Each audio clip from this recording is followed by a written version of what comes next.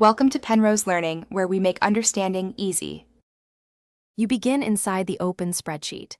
Open extensions, then app script so you can write code tied to this file. Create a new project name that describes the automation. That helps later when you manage versions. In the default code, GS file, write a simple function like function myTask, logger, log run to confirm execution. Save the file because app script won't run unsaved changes. Once saved, you're ready to run the function from the editor to test the baseline behavior. You now run that initial function from the editor and you'll be prompted to authorize permissions. Follow the Google prompt and grant only what you expect.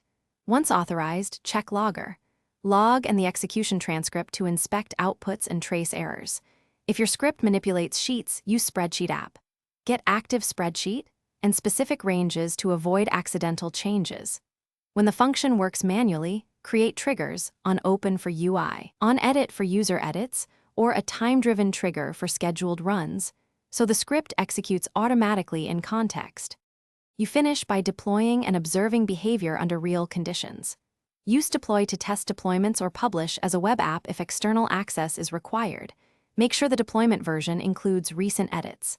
Monitor executions in the app's script dashboard to see failures, quotas, and runtimes. If something breaks, add logger. Log statements for inputs and branch points, check that triggers target the correct function, and reauthorize if permission errors appear. One key tip: resave and redeploy after scope changes to resolve most authorization failures. Thanks for watching. If this was helpful, leave a like and consider subscribing. See you next time.